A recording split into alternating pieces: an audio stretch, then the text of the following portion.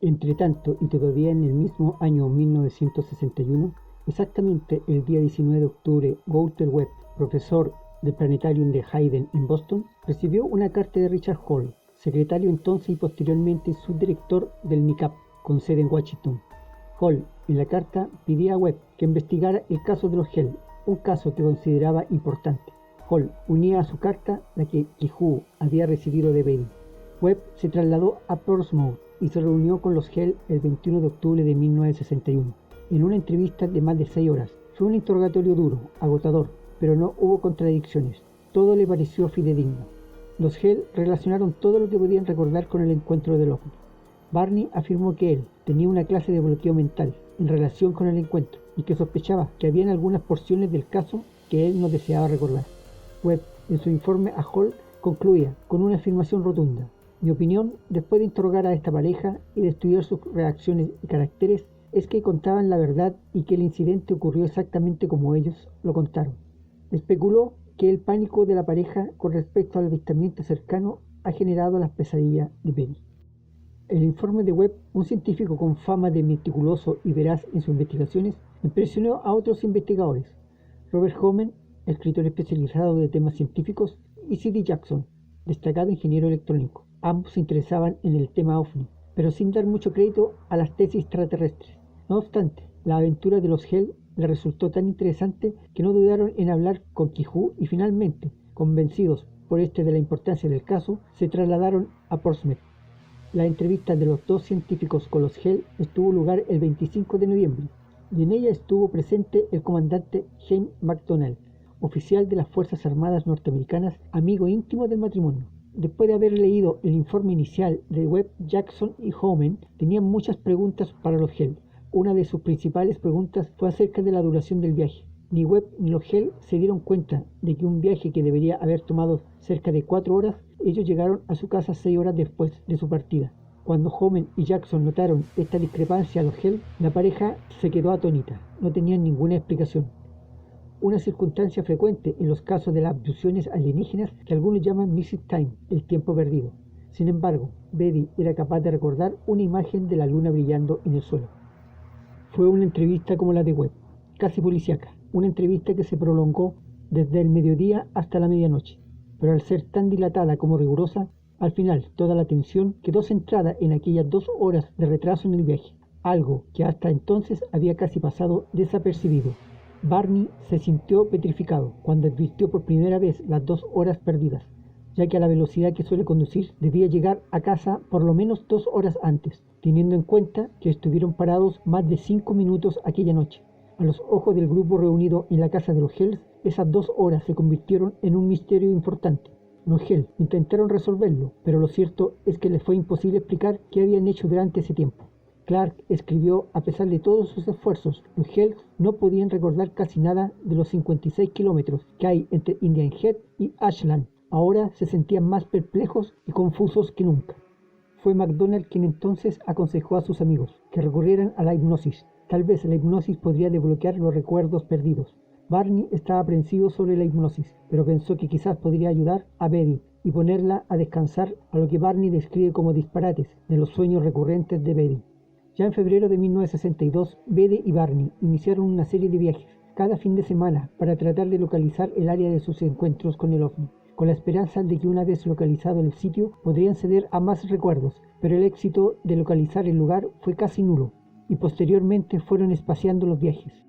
Como era de esperar, los Hell iban siendo víctimas de la creciente tensión que en ellos generaba el incidente.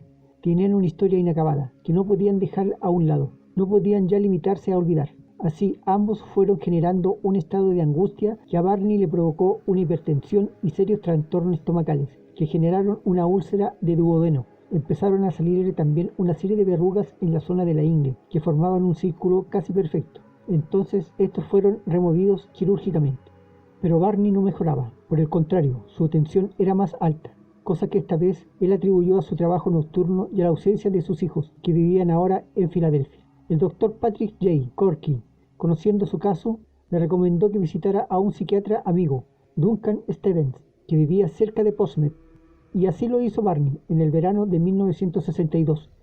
Pero esta vez Barney nada dijo del incidente de Indian Head. El 23 de noviembre de 1962, los Hell asistieron a una reunión en la casa parroquial de la iglesia, donde el orador invitado fue el capitán Ben H. Sweat, de la Fuerza Aérea de Estados Unidos, que recientemente había publicado un libro de su poesía. Habló también de su interés por la hipnosis. Cuando terminó la sesión, los Hell se acercaron al capitán Sweat en privado y le comentaron que estaban particularmente interesados de la cuenta del tiempo perdido, lo que preguntaron si podía hipnotizarlos para recuperar sus memorias. Pero Sweat dijo que no estaba calificado para hacerlo, advirtiéndole que era un aficionado en el tema y que era mejor un profesional. El 3 de marzo de 1963, los Hell comentaron públicamente por primera vez su encuentro con el OVNI a un grupo de personas de su iglesia. El 7 de septiembre de 1963, el capitán Ben Sweat dio una lectura formal sobre sus estudios sobre la hipnosis en una reunión de la iglesia Unitarian Church. Después de la lectura, los Hell le dijeron que Barney estaba yendo a un psiquiatra, el Dr. Steven, con quien él tenía amistad y confianza. El capitán Sweat les sugirió entonces que Barney le pidiera al Dr. Steven sobre el uso de la hipnosis para su caso. Movido por el capitán Sweat y por la ahora mayor insistencia de Barney, el Dr. Steven aceptó finalmente esas sesiones de hipnosis, pero aún así aconsejó a Barney que consultara antes al Dr. Benjamin Simon, conocido psiquiatra y neurólogo de Boston, especialmente famoso por sus estudios y práctica de hipnosis durante la Segunda Guerra Mundial. Y ese mismo año, en 1963, en el mes de noviembre, los Hell hablaron frente a un grupo de aficionados que estudian los ovnis en el centro de Quincy, en Massachusetts. Y así, el 14 de diciembre de 1963, los Hell iniciaron sus consultas con el Dr. Simon, y con esa consulta inicial, ese día, surgió una nueva era en la explicación y en el tratamiento de los contactos entre terrestres y posibles seres del espacio. A partir de su intercambio de ideas inicial, Simon determinó que el supuesto encuentro OVNI le estaba causando a Barney mucha más preocupación y ansiedad de la que éste estaba dispuesto a admitir. Aunque Simon rechazaba la popular hipótesis extraterrestre como imposible, le parecía obvio que a él y los Hells genuinamente pensaban que habían sido testigos de un OVNI y de sus ocupantes humanoides. Simon deseaba descubrir más acerca de la supuesta experiencia de los Hell a través de hipnosis. Así el Dr. Simon fue recogiendo todo el material de vigilia que los Hell pudieron transmitirle. Les fue preparando también para el trance hipnótico con sesiones que comportaban órdenes post-hipnóticas. Y finalmente, el 22 de febrero de 1964, inició las auténticas sesiones de hipnosis regresiva, sesiones a las que semanalmente fue sometiendo a Betty y a Barney.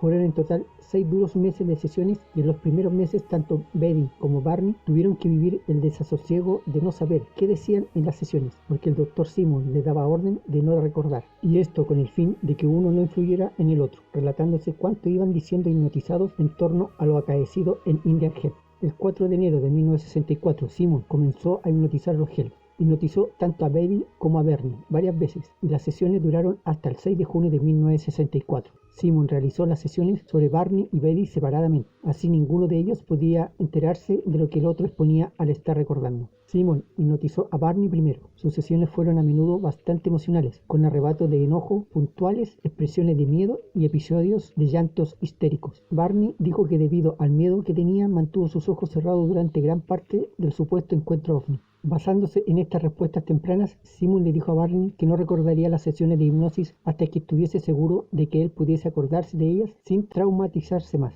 Bajo hipnosis, Barney expresó que la correa de los vinculares se había roto cuando él salió corriendo de regreso a su vehículo, huyendo del OVNI. Recordó manejar el automóvil alejándose del OVNI, pero que después se sintió irresistiblemente obligado a salirse de la carretera y meterse dentro del bosque. Él casualmente percibió 6 hombres a pie en el bosque, ordenando a Barney que dejara de conducir. 3 de los hombres se acercaron al vehículo y dijeron que no le tuviese miedo. Barney, aún sobresaltado, informó que el líder le dijo que cerrara los ojos. Mientras, hipnotizado, Barney dijo: sentía como si los ojos me los hubiesen empujado hacia adentro.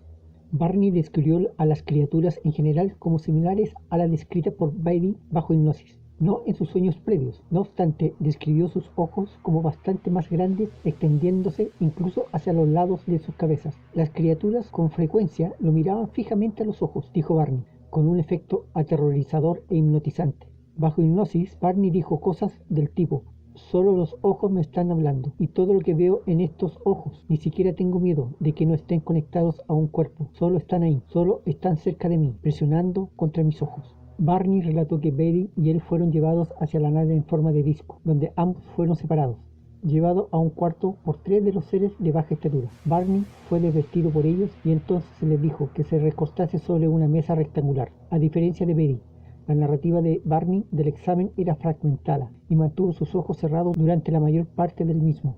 Se le colocó un dispositivo similar a una taza sobre sus genitales. Aunque no experimentó un orgasmo, Barney pensó que le habían extraído una muestra de esperma. Los seres rasparon su piel y inspeccionaron sus orejas y boca. Le insertaron un tubo o cilindro en el esfínter. Además, alguien le palpó su columna vertebral y parecía estar contando sus vértebras, mientras que Betty informó de conversaciones extendidas en inglés con las criaturas. Barney dijo que los escuchó murmurando en un idioma que no entendía. Las pocas veces que se comunicaron con él, Barney dijo que parecía hacer transferencia de pensamiento. En ese tiempo, él no estaba familiarizado con la palabra telepatía. Recordó haber sido escoltado fuera de la nave y llevado de regreso hacia su automóvil, el cual ahora se encontraba cerca de la carretera y no en el bosque. Aturdido, observó partir la nave. Barney recordó una luz que aparecía sobre la carretera, mientras decía, «Oh, no, no otra vez». Recordó la especulación de Betty acerca de que tal luz podría haber sido la luna, aunque ésta de hecho se había puesto varias horas antes. Las sesiones de hipnosis de Betty no tuvieron tantos incidentes. Bajo la misma, sus recuentos de los hechos fue muy similares a los eventos ocurrentes, sueños o pesadillas acerca del supuesto encuentro ovni, a excepción de dos notables diferencias. Bajo hipnosis, los seres bajos no tenían grandes narices y no poseían cabello. Simon también le sugirió a Betty que dibujase un bosquejo del mapa estelar. Ella dudó al respecto, pensando que sería incapaz de representar con precisión o exactitud la calidad tridimensional del mapa que dijo haber visto en la nave. Finalmente, ella hizo lo que Simon le sugirió. Aunque ella dijo que el mapa tenía muchas estrellas, solo dibujó aquellas que permanecían destacadas en su memoria. Su mapa consistía en 12 estrellas prominentes conectadas por líneas y 3 más pequeñas o menos brillantes que formaban un triángulo distinto. Mencionó que le habían dicho que las estrellas conectadas por líneas sólidas formaban rutas de comercio, mientras que las líneas puntuadas eran de estrellas con menor tráfico interestelar. Solo semanas antes de terminar las sesiones, el Dr. Simon dejó escuchar Logel las cintas que había grabado en las sesiones de hipnosis regresiva, y esto para completar algunos de los hechos recordados o con hechos de la hipnosis que habían hecho aflorar al consciente. Imposible dar a conocer aquí, con toda fuerza emotiva, los estados anímicos vividos por Logel en sus momentos de abreacción hipnótica. Lloros angustiados, alaridos, terribles jadeos, porque una hipnosis regresiva no es un espectáculo de feria, es un vómito de la conciencia, el vómito de todo aquello que mantenemos oculto, enterrado en el cementerio de nuestro subconsciente, todo cuanto nos daña y aterroriza y hemos ocultado, pero que todavía sigue vivo y actuando, persiguiéndonos desde ese más allá que se encuentra debajo de toda losa funeraria. Me limito, por tanto, a narrar los hechos que bajo hipnosis dijeron haber vivido Betty y Barney, y añado, solo que antes de escuchar las cintas grabadas, cuando todavía desconocían el contenido de las sesiones, el material de uno y otro coincidían en lo sustancial. No parece, pues, que hubiera transferencia entre ellos, pero, en todo caso, he aquí lo que uno y otro dijeron que había ocurrido en esas 2 horas de su viaje de la que nada recordaban. Esta historia, que recoge las 2 horas de amnesia de Logel, fue luego matizada por ambos cuando escucharon las cintas. Así, Betty dijo que no estar segura de que hablaran en inglés, sino que lo oía en inglés. De todas formas, no hubo contradicciones, solo precisiones. El Dr. Simon, tras terminar las sesiones y con ellas el tratamiento, afirmó: ni la señora ni el señor Hell son enfermos mentales. Ambos están bajo hipnosis como conscientes. Han dicho lo que realmente creen que ha ocurrido. A fin de cuentas, lo que más le interesaba al Dr. Simon era resolver la dolencia de los Hell, y esto lo consiguió en gran medida, pero no pudo evitar que al conocerse el contenido de las cintas con la narración de hipnosis de los acontecimientos supuestos o realmente vividos por los Hell, las personas que aseguraban haber sufrido abducciones empezaron a multiplicarse.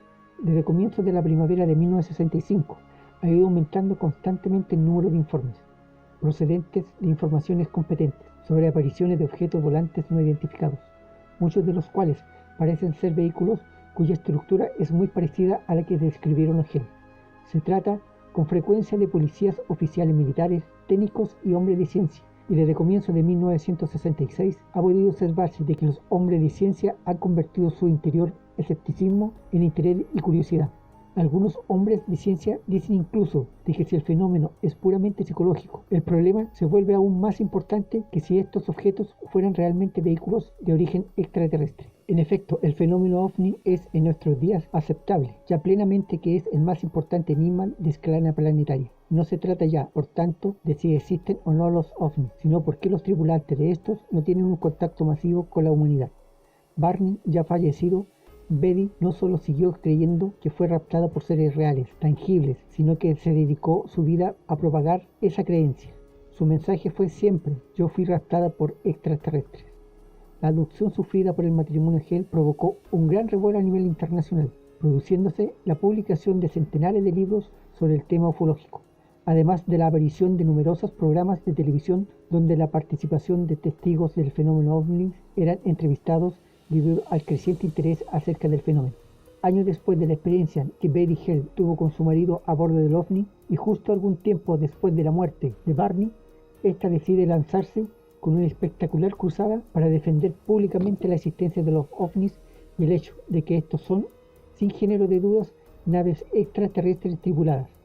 Su posición hacia el fenómeno fue madurándose durante años e incluso pronto sumó a su experiencia original nuevos avistamientos y hasta lo que parecían ser nuevos intentos, esta vez en forma de voces en la cabeza, premoniciones, etc., de comunicación con los extraterrestres que en 1961 la examinaron a bordo de su nave espacial. Con toda seguridad, la experiencia de abducción que sufrió fue solo el punto de partida de toda una compleja serie de fenómenos paranormales que comenzaron desde ese momento a producirse a su alrededor: ruidos extraños en la casa, raps en el argot parapsicológico, o incluso el encontrarse un buen día, no mucho tiempo después de la abducción, con los pendientes que perdió en el lugar del secuestro colocados encima, con un montón de hojas de árboles apiladas sobre la mesa de la cocina. Son algunas muestras de ese despertar de lo extraño que comenzaron a vivir los Hale. Junto a estos nuevos relatos, Betty mostraba curiosas imágenes de luces de colores obtenidas de noche y que mostraban que esta pro-abducida había continuado con sus experiencias ufológicas después de su abducción. Betty llegó a confesar al investigador Alan Hendricks, muy vinculado al notable investigador ufológico J. Allen Hynek, que durante sus salidas al campo por la noche, con el evidente propósito de volver a ver ovnis, había llegado a observar en una sola jornada el paso de entre 50 y 100 de estos objetos en un área especial de New Hampshire. En una entrevista que concedió hace años, Betty narraba así los resultados de una de sus salidas nocturnas. Un determinado tipo de ovni viene prácticamente cada noche, aseguró. Muchos investigadores hasta el año 2005 refutaron la experiencia de los Hale, como los científicos en su oportunidad negaban por completo el mapa de Betty. Hoy solo queda el relato en segunda voz de su nieta ufóloga Kathleen Marlin, que se sabe la historia casi tan bien como la propia Betty, quien por la edad fue olvidando algunos detalles de su abducción junto a su esposo. Estoy seguro que la abducción de los Hale fue real y que para ellos fue algo terrorífico que los llevaron en su subconsciente todos los días de su vida, donde Betty pudo sobrellevarlo y que su esposo Barney no pudo soportarlo, causándole problemas psicológicos y físicos, lo cual lo llevó a la muerte temprana. Para la mayoría de los que han tenido este tipo de experiencias con seres extraterrestres, no es fácil llevarlo como experiencia ocurrida en su existencia. Cuesta mucho sobreponerse y su vida cambia en 180 grados. Pero sin duda la evidencia más fidedigna del encuentro de los Hale con estos seres extraterrestres fue el mapa estelar que le mostraron a Betty. Al principio la validez del mapa fue descontada porque no parecía coincidir con ningún sistema estelar conocido. Esto cambió a fines de los años 60, después de que una maestra de escuela de primaria, Marjorie Fetch, pasara horas con cálculos y cuerdas creando representaciones tridimensionales del dibujo del mapa estelar y reposicionando repetidamente las estrellas de un intento de emparejarlo con un sistema estelar conocido. Fetch comenzó con una suposición obvia de que una de las estrellas en el mapa debe haber sido nuestro Sol. Luego, utilizando un catálogo de estrellas Gliese de 1969, descartó estrellas variables debido a sus grandes variaciones de temperatura, estrellas de F4 o más, y enanas rojas de clase M. Tomó las estrellas restantes y comenzó a modelarlas y verlas desde todos los ángulos posibles. Finalmente, encontró una coincidencia: el sistema estelar doble de Zeta Reticuli, un sistema estelar muy cercano al nuestro. Cuando no teníamos los datos para hacer un mapa de este tipo en 1961, cuando Betty lo vio, o en 1964, cuando lo dibujó, no podía ser un engaño. Como las estrellas con líneas son un grupo tan selecto, es casi imposible que la semejanza entre el mapa de Betty y la realidad pueda ser una coincidencia. El mapa de Betty solo podría haberse dibujado después del contacto con seres extraterrestres. Después de que su evento de secuestro que cambió su vida ganó notoriedad generalizada, los Hale se volvieron activos en la comunidad OVNI, buscando dolorosamente respuestas para explicar el evento que habían experimentado. Durante los años restantes de sus vidas, los Hale fueron entrevistados e interrogados por muchos científicos e investigadores.